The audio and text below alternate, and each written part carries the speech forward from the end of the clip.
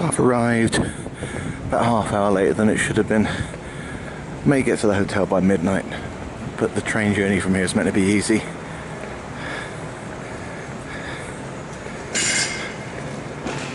Get my bag back, then get on the blue line down to Monroe. Well, that was so much easier than Newark. A long walk to the baggage carousel, but got my bag straight away, and then straight through, well signed, to the blue line. My one-day ticket for Chicago cost $5. That's including from O'Hare here to Monroe, where I'm staying tonight. And I can travel all I want tomorrow. And just straight down here, I'm waiting for the train to pick us up and take us through to Monroe and downtown Chicago so I can sleep tonight.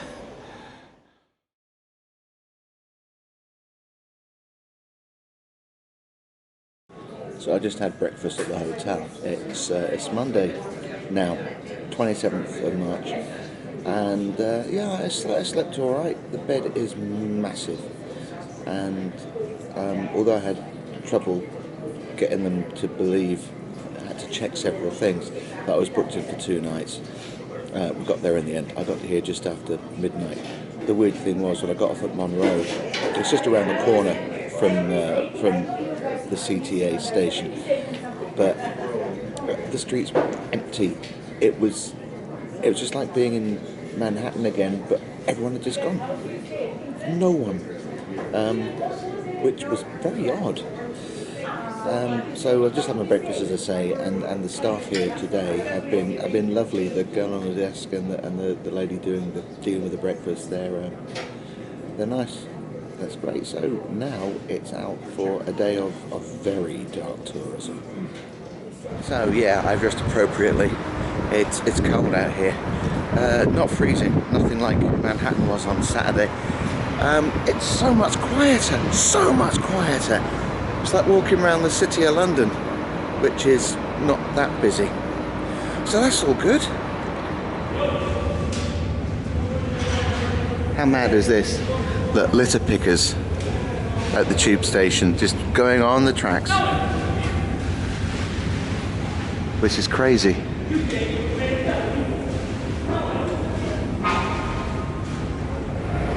Madness. The train started pulling in and the guys clearing the rubbish just stood at the side of the track. This transport system is so much better than in Manhattan. Oh my god, it's so easy.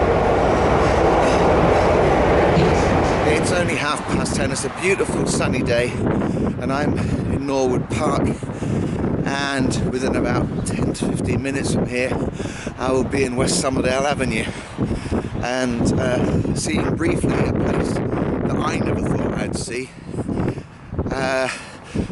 I would say, in my mind, possibly the darkest tourism I may have ever done, if you exclude things like genocide, and I think that's probably it, to be honest. I would say to an extent this even exceeds Wardlebrook Avenue in Hyde in Manchester. Still, we'll get there, hopefully, because it's so quiet around here. There'll be no one around on the streets, so I don't want to annoy or disturb anyone or get anyone, angry, say, why the hell are you doing, all that kind of stuff. So I'll be subtle. Well, that wasn't at all disturbing. I just got across the street. See the big white van over there? It doesn't say PDM contractors on it, but I kid you not, there was a big stocky guy in his late 30s with a big 70s moustache sitting in the front, glaring at me as I crossed the street. And you know who he looked like? One more clue.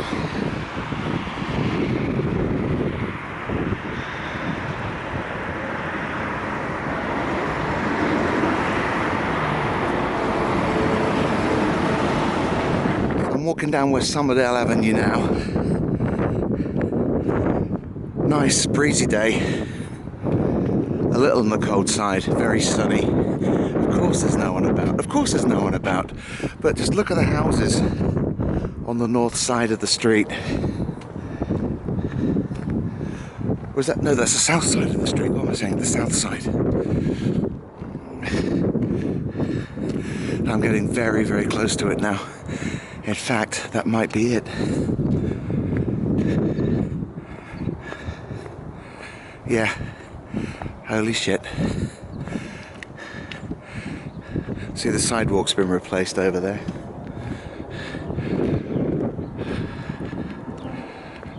But there it is. 8215 West Somerdale Avenue today. Originally 8213. And this, of course, was the house of John Wayne Gacy. Possibly my most scary serial killer that I can think of. Between 1972 and 1978, he murdered 33 men and boys on a building that was on this spot. It got pulled down during the search for the bodies.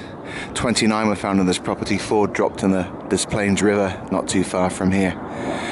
And it got razed to the ground in April 1979 because it was structurally unsafe. The plot remained vacant for years after that, and a new house was built here, this one, in 1986.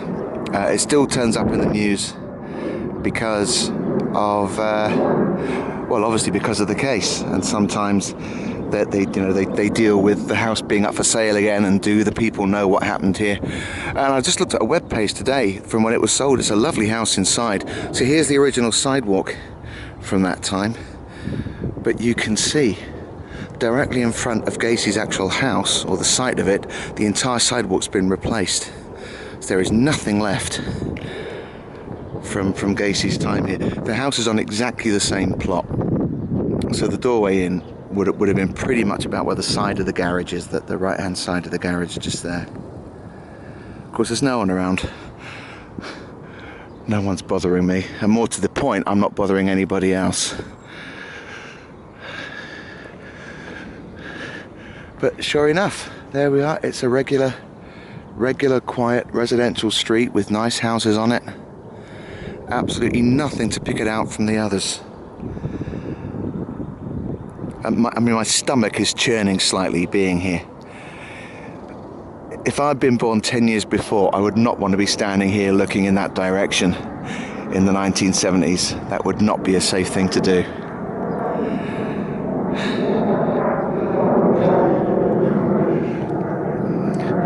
It's a plane taken off from O'Hare there.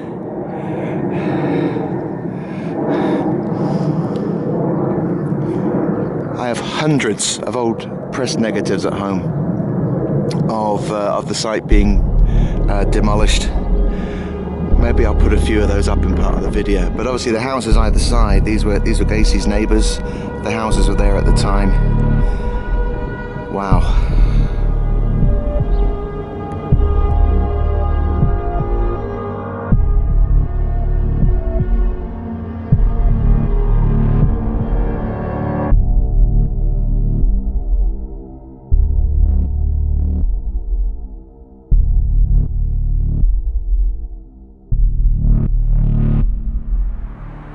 Back at Cumberland Station, just in case you were thinking about shooting someone on the CTA, apparently it's not allowed, and that sign is definitely going to stop you doing it. Now, when I caught the L from O'Hare to Monroe last night, obviously it was dark, and I was wondering why there was a roaring sound of traffic all the time. And it's not till today I realised that a lot of the blue line runs between the 2 lanes of the highway, which is a clever use of space, I think. Now I'm at Clarkin Lake, awaiting a green line, which I just missed the last one, but it's only a few minutes to the next one, to take me to Halstead. And when I get there, I'll be going, after a few minutes walk, to see the site of the Holmes murder castle. I'm by the post office.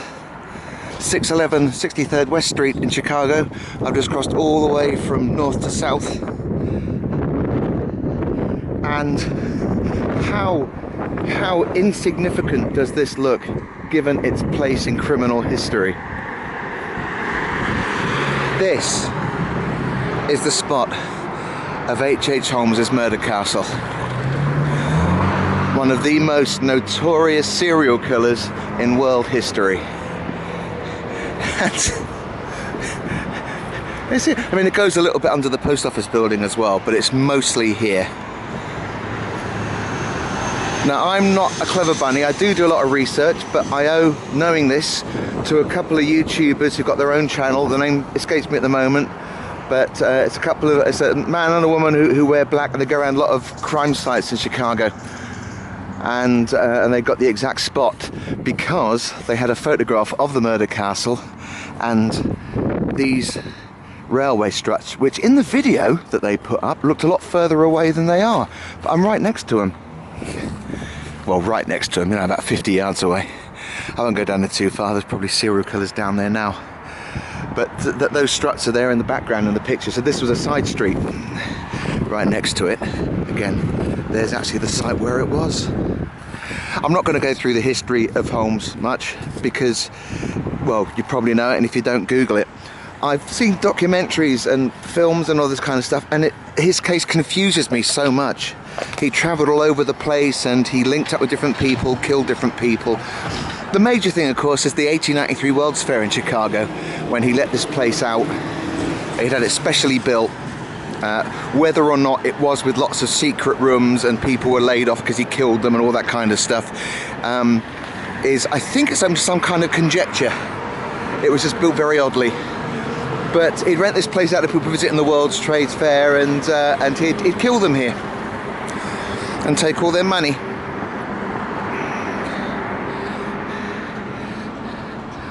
This is mental. I mean, it's only just gone midday and I've visited the sites of where the Gacy murders and the Holmes murders happened by just taking 2 trains.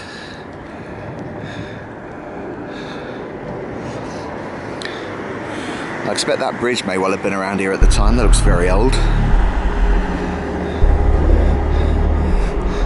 I was surprised how open and empty and deserted it all is around here. Maybe it's the shock of having left Manhattan.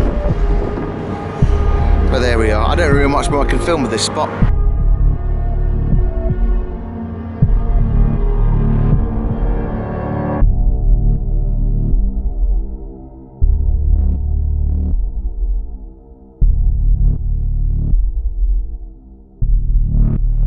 Experience and a half.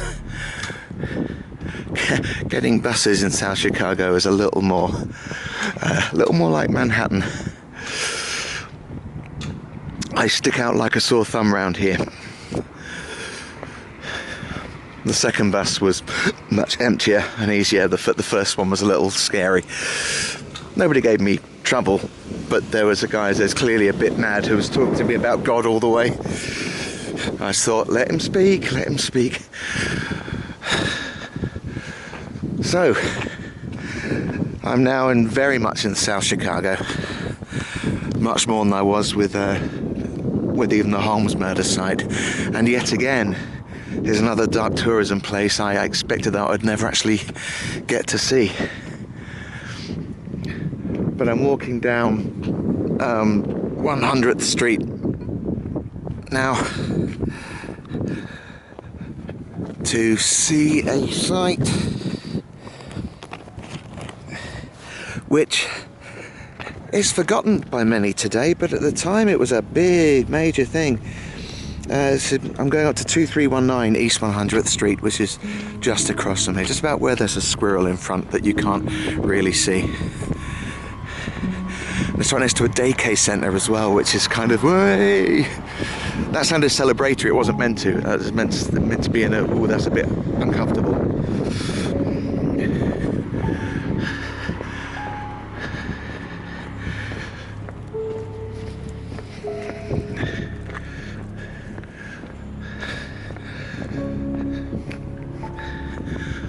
So I can see the building right now. This is where on the night of the 13th to 14th of July 1966, Richard Speck stabbed, strangled, murdered 8 student nurses in this very building. And yet again, it's smaller than you would think it is. But there it is. So he gained access through that window at the top. 3 of the nurses were stabbed and strangled in that room. Another 3 were stabbed and strangled in that one. One of them was murdered in the bathroom just behind it, and behind that, at the very back on the right hand side, was the bedroom where one of the nurses escaped by hiding under a bed. And on the ground floor, just behind the window there, that's where he murdered after raping Gloria Davy, who came home later than the other nurses. So that was 8 students that he killed there. And he died in prison the night before his 50th birthday, an utter scumbag.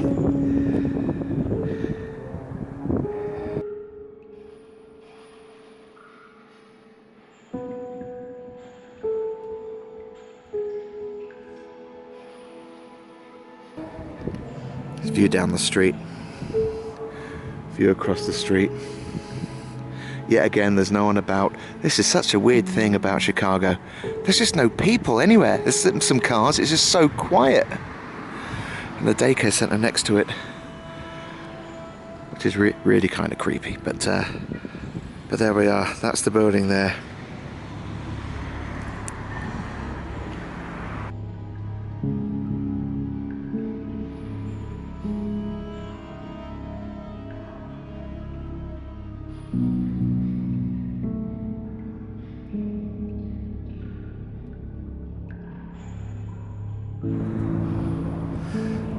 Here's another angle of it.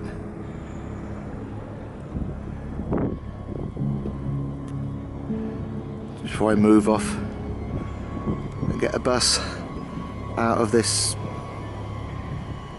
Actually, this area is not so bad, but the site of the Holmes Murder Castle, yeah, actually this area is fine. I don't know why I say it's not so bad. The site where Holmes Murder Castle is, that's a bit rough. Wasn't so bad during the day, but I certainly wouldn't want to go there at night, so I'm just going to go and get my next bus now.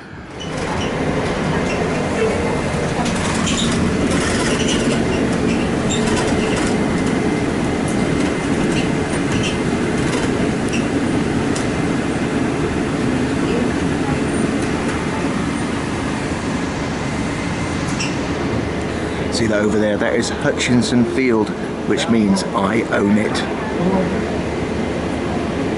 I don't know what it's used for, but I would use it for Laurel and Hardy films and Lucky Dog shows. Yeah.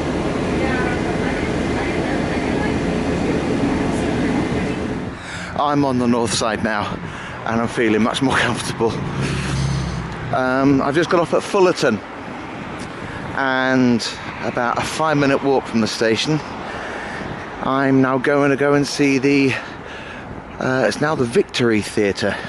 And I looked at their website, they appear to have a lot of controversy recently with people being apparently sacked and the management saying they haven't, and interesting things. But more interesting than that is that the Victory used to be called the Biograph. And it's at the Biograph, or just outside it, in an alleyway next to it. And I do know the exact spot, thanks to a little bit of YouTubing. And again, it's down to that couple who made the videos of dark tourism around Chicago, getting to the actual spot. So I'll show the actual spot where he was shot, because this is the way I spend my holidays. Well, on Google Maps, this is a big garden, and it clearly isn't anymore. But that's the theatre just up there. I'll get a bit closer, tell you about it. Okay then, let's cover this. So John Dillinger, bank robber, ran a gang. They robbed 24 banks and 4 police stations. He was never actually convicted of any murder. He was tried, but never convicted of murdering a policeman in East Indiana. But this is the site of where Dillinger was watching a movie. Ironically enough, a cheap gangster movie, I believe, from what I've read, on the night he died, 22nd of July 1934, and he realised that someone let me pass. He realised that the FBI were waiting outside for him, and so as he exited the theatre, he ran off just down here, just like that guy's running now. not making himself obvious in any way. Got to this alleyway,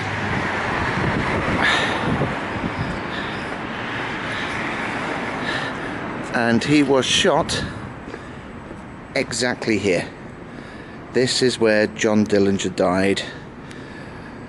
Got shot several times, but there was one particular wound went straight through his skull, out the front of his face, and that's what did for him. And look, okay, it may be publicity for a company, but there's this artwork been done on the wall here. A craziness turned up and stood next to me and started asking me something, so I immediately walked off. But I've pretty much done it anyway. So I'm standing at the back of what was a biograph now, looking down to where the nefarious final deed occurred. And now I'm going to walk to the site of where the St. Valentine's Day massacre happened. Little known to people, it's only about a 10-minute walk away from here. Obviously not at the same time. Well, it was actually a bit of a longer walk than I thought, but it's about a quarter of an hour or so. Still not that bad. So this is where 2122 North Clark Street stood. And it was a garage. And it's also where 4 hitmen dressed up as policemen shot and killed 7 other gangsters just by where the tree is now, apparently. Most videos are shot from the front or photos taken, but Google Maps sent me around the back into the housing area, so I'm actually in the site where it happened rather than viewing it from the street outside. So that's a little bonus. So yeah, just about that tree, feeding off the blood of the wrongdoers who paid the ultimate price for their wrongdoing.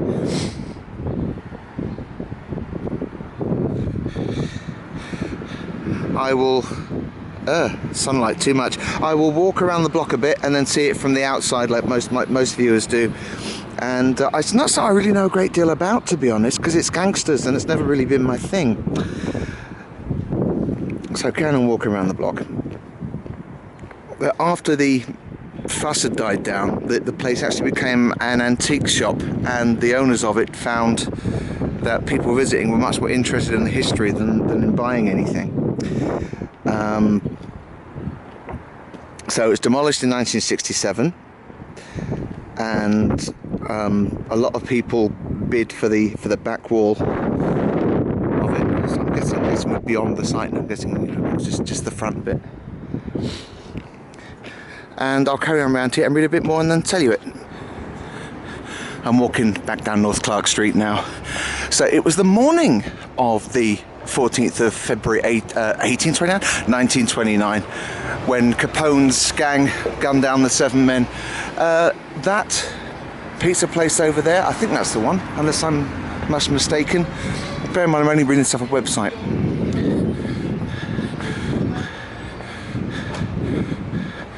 One of these 2 buildings anyway. I think it's that one. Yeah, it is that one, because that's the one that turns up in pictures I've seen online. So that's where Capone's men were watching and keeping an eye on what was happening from that building.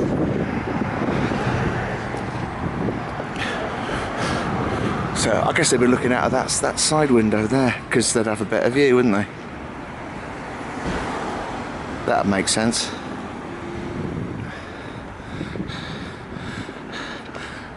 And so this is the view that most people get of where it was. It's a much bigger area than I thought. Photos make it look quite small, and it so isn't.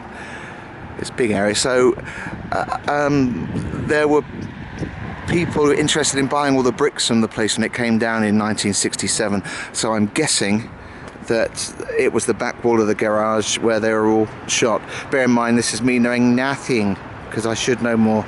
But as I say, I'm not really into gangsters and stuff. So there we are. This is it, the site of the St. Valentine's Day massacre.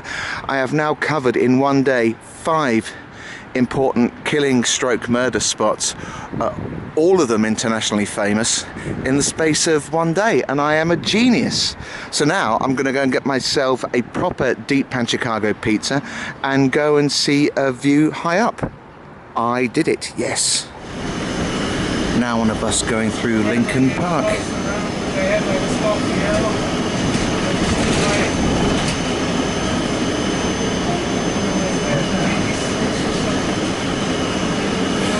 as exciting as motorsides, but hey ho. That's my bus just pulling away there. Dropped me off North Michigan Avenue. Tall F-off buildings.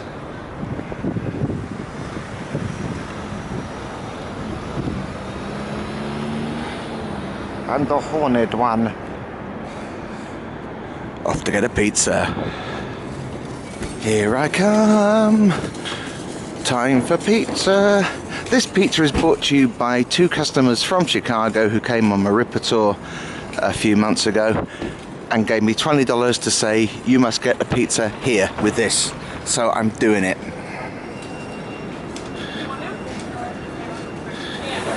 So I'm sat at the box and by myself, and honestly, it's great. It's great. So heavy. You've been in my bag all day. Have I? Yeah. Oh, that's nice. What do you want to eat? A bun, please. They don't do buns here. It's a pizza place. Well, in that case, I'll have a bun, please. They don't do buns here. It's a pizza place. Well, you could have said so. I'm all confused now. I've had a drink. I'm not entirely sober, but it's arrived.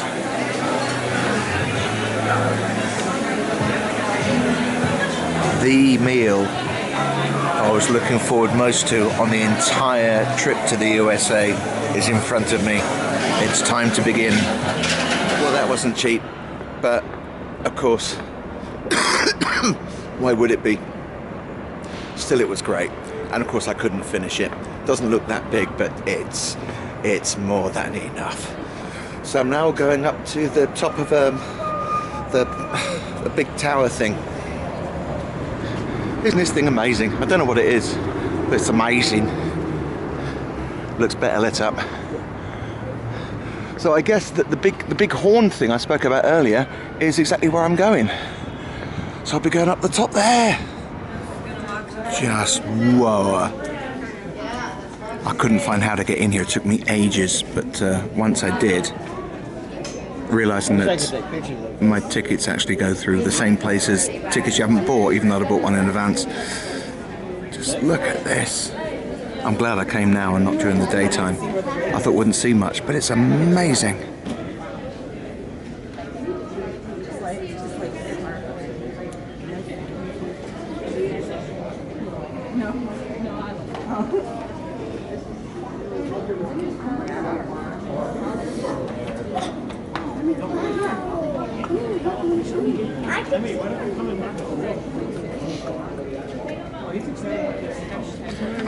There are YouTube videos that say it's free to get up here if you use the bar, but that's not true because it hasn't been for some time.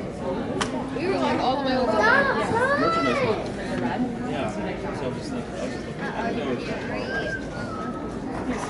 Wait, is that the one? Oh yeah, that's the top. That one. See that one right there? I didn't know it was that one. I have no idea what these buildings are. Where's the Empire State Building gone? Now, Heffy. Yes? Where do you think we are? Are we back home? Nope. We're a long, long way from home at the moment. Look out over there.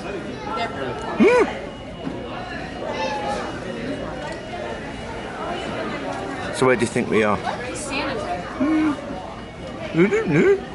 I haven't got a clue. Is there something interesting out there? Yes. Yes, there is.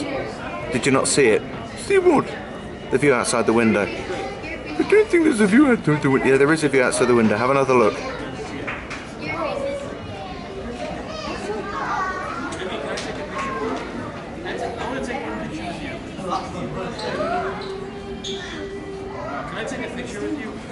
Can I have a bun, please? And around the other side.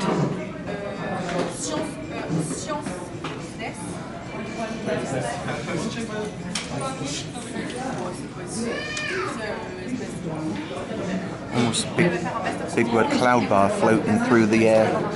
They do that in Illinois. Oh my word, look at it from this side.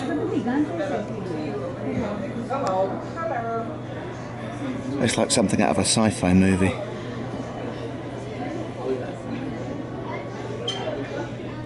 If I was here, I would cover it with ice creams. I know you would, Lucky, but you're not here. I'm here. How do you think I'm speak if I'm not here, you idiot? And just before I go, that thing in there is the tilt. People hang on to handles there. And it's made of glass, and the wall slowly tilts out on an angle right out of the building, facing down. And am I going to do that? No, I'm not. I'll be heading back to the hotel very soon for the last time in Chicago. Just heading across the street to see the Crown Fountain, which appears to be not as good as I was hoping. When they're talking about all these lights and stuff, I thought what they meant was it's going to be like a normal fountain that's covered in lights, and it's not. It's an arty thing. But nevertheless, Millennium Park is open, and so I'll go in and have a look at it. Apparently, you see there's a face there. Now, what's meant to happen is when the faces smile, a jet of water comes out like this, spitting at you. But let's go and have a look for real.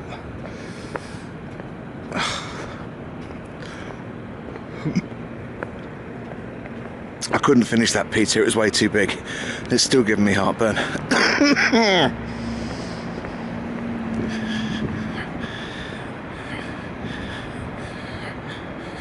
That's not at all unsettling, is it? She's coming for you. Ah! The eyes of a witch.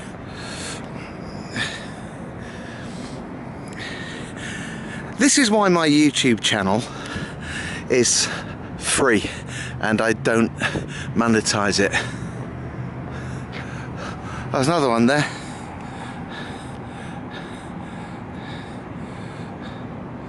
That's the cold dead face of a serial killer. Especially with that vague smile. Oh, don't do that. That smile's freaking me out. Stop it. Stop it.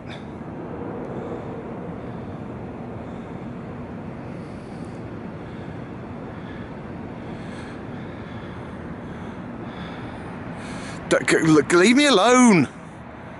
Stop looking over here, you rectangular demon.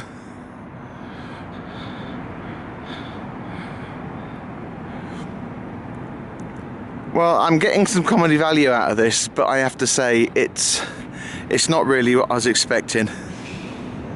What? Oh, that was a bus making a noise. Also, it doesn't appear that the statue is spitting out water, maybe because it's late at night. I don't know. It's not that late anyway. Oh, I need a wee. I'm going to go back to the hotel. You don't need to see that. This is at the lift by my floor. Oh, look. US mail shoot. Not to be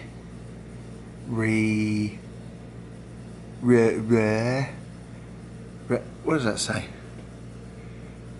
Re-loved. Not to be re-loved. Removed. Removed. Duh. Now shoot, not a news historic artifact. Not to be removed.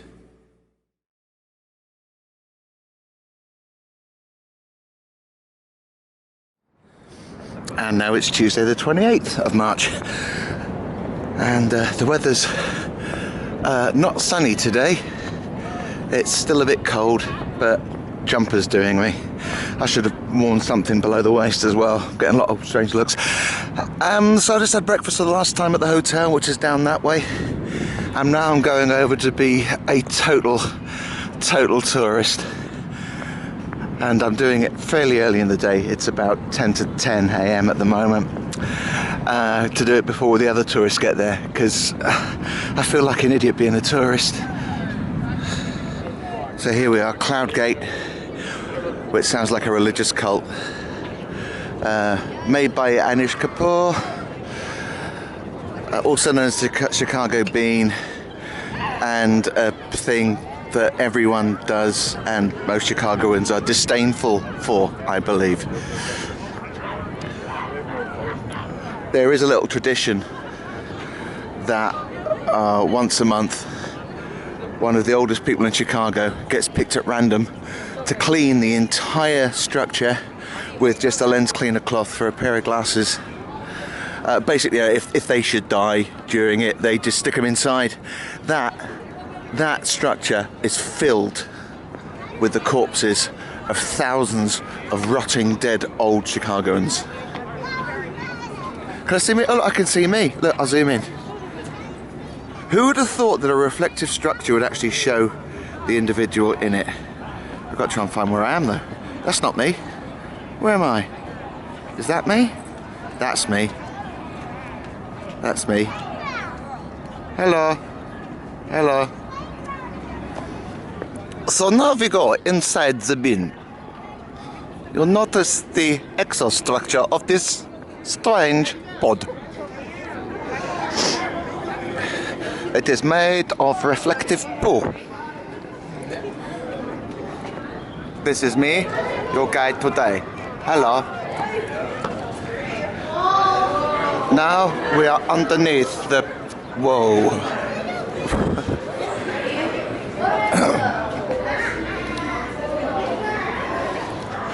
Crazy 60s psychedelia. There's me again, made to look even fatter than I am in real life by an optical illusion.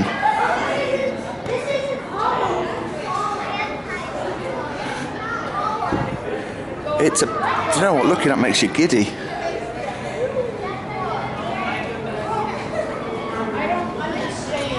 You may have noticed then I took on a strange and unusual English voice. That is because of the strange acoustics inside the bin.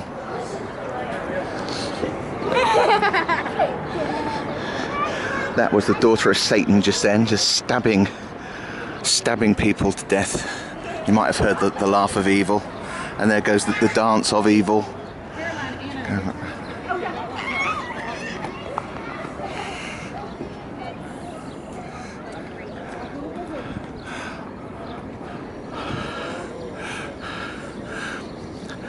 And below there is the Open Air Museum of Nothing. This has been a huge financial success, worldwide famous. There was a crazy idea to open a large open space and put nothing in it at all. And millions of people come from all over the world to see nothing every year. Bean! And I have no idea what this thing is, but it's massive. It's probably a thing. So going down there, I'm going to go and see the Cultural Museum because it's free and I've got an hour to kill. Cow! This is a tourist attraction in itself. It's a big bronze cow. Bronze. There we are. And in 1999, there were loads of fiberglass cows all around Chicago. And some people really like them, and some anonymous funders put together to put this big bronze cow there permanently. Apparently it makes people from Chicago laugh a bit because of Mrs. O'Leary's cow, and Mrs. O'Leary did not start the big Chicago fire, apparently. And that is a cow's bum.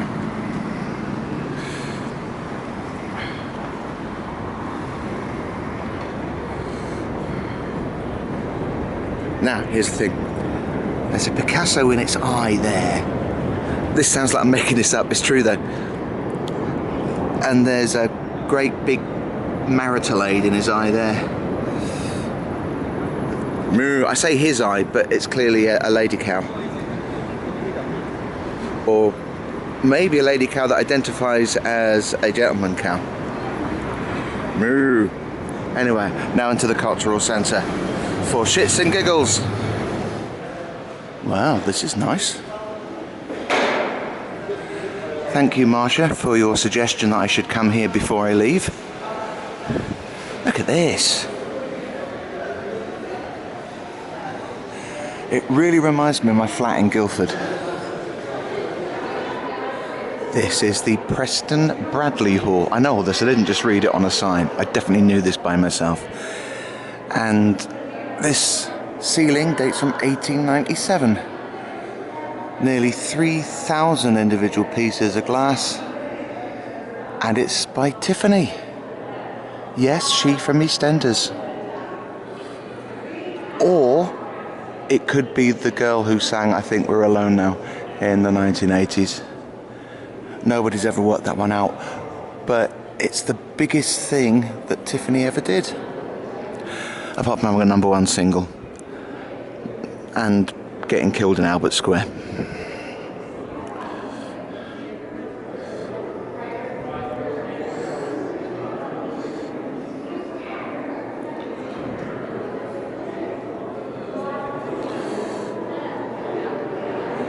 So I'm right at the top of it now. Mental staircases, look at this.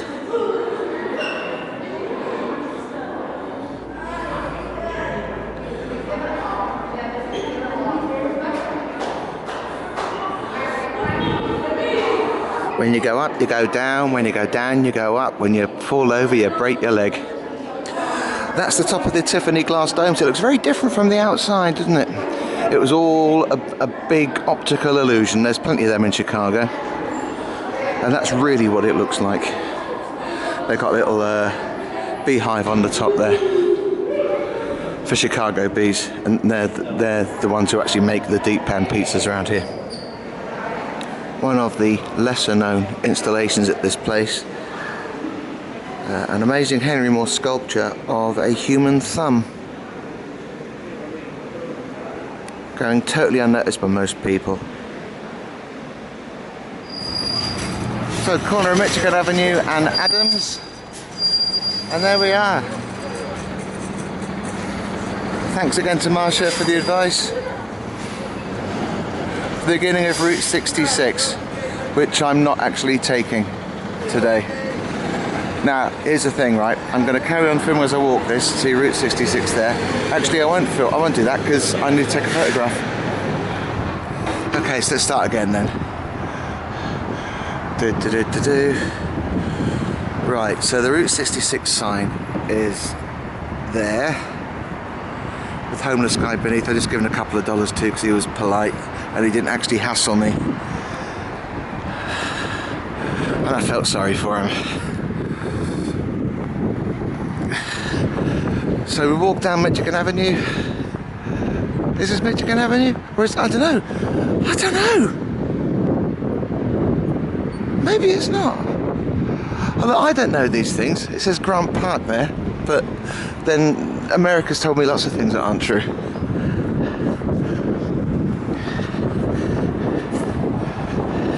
See, this apparently is a true story, and I know that's a load of old crap.